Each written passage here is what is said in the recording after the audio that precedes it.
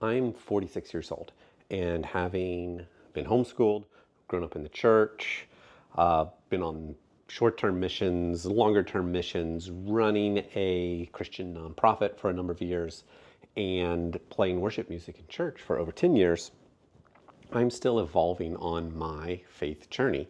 And it's something that it's a part of my life that I embrace and that I love. And while I have discarded a lot of kind of the religious baggage of it, I find this part of me and this part of my upbringing to be a great basis for a spiritual practice.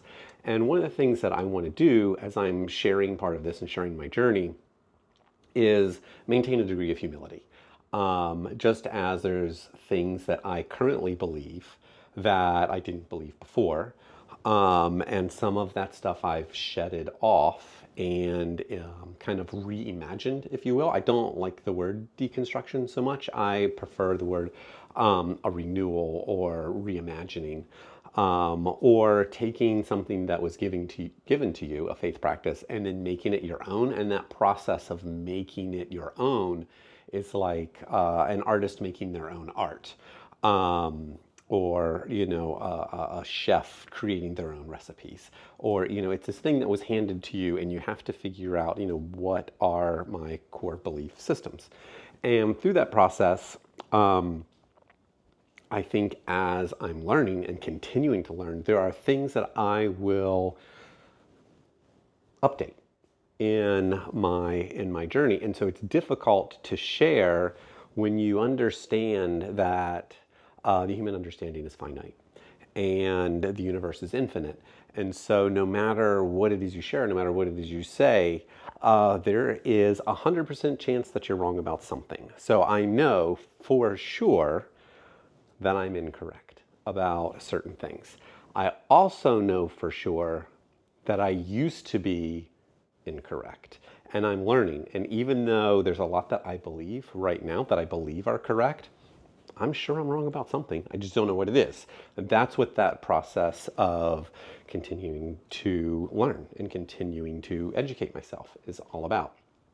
And so, there's a guy I really like named Michael Gungor, and he started out as a worship leader, and then he is pastor and runs a podcast and some other stuff. And he described it in a way a couple of years ago. I was listening to him where sometimes it's like you don't necessarily know when you're in a dream, but when you wake up, you know that was a dream, right?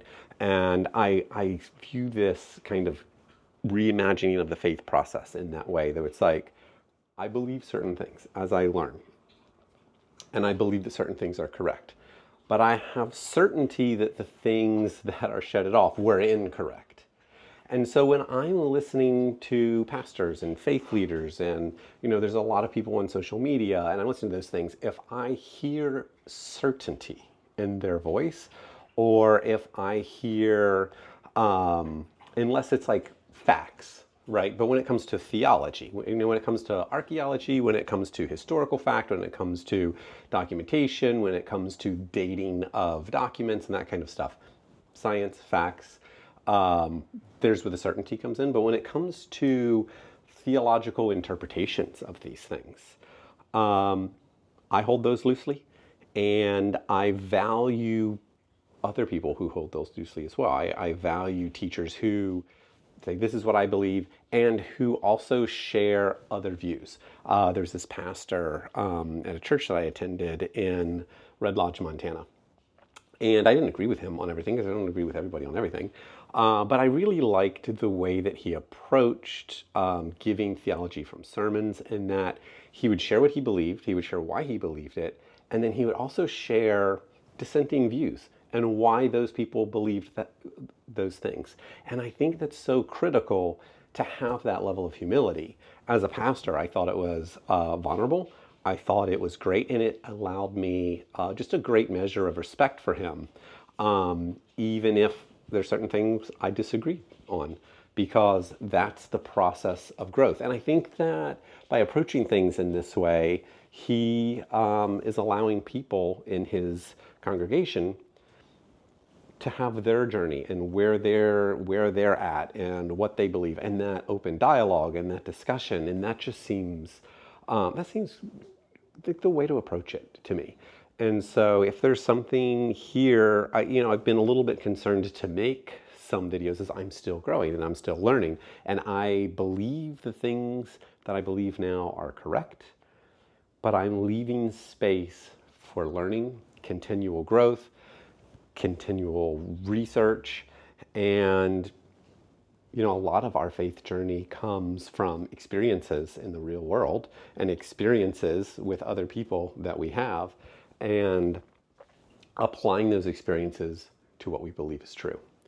And so I would encourage other people, as you're listening to content creators, as you're listening to pastors, we're all human. And we make mistakes, and just look for people that have that humility. Look for voices that are speaking what they've learned, what they've researched, sharing knowledge, but we're all figuring it out.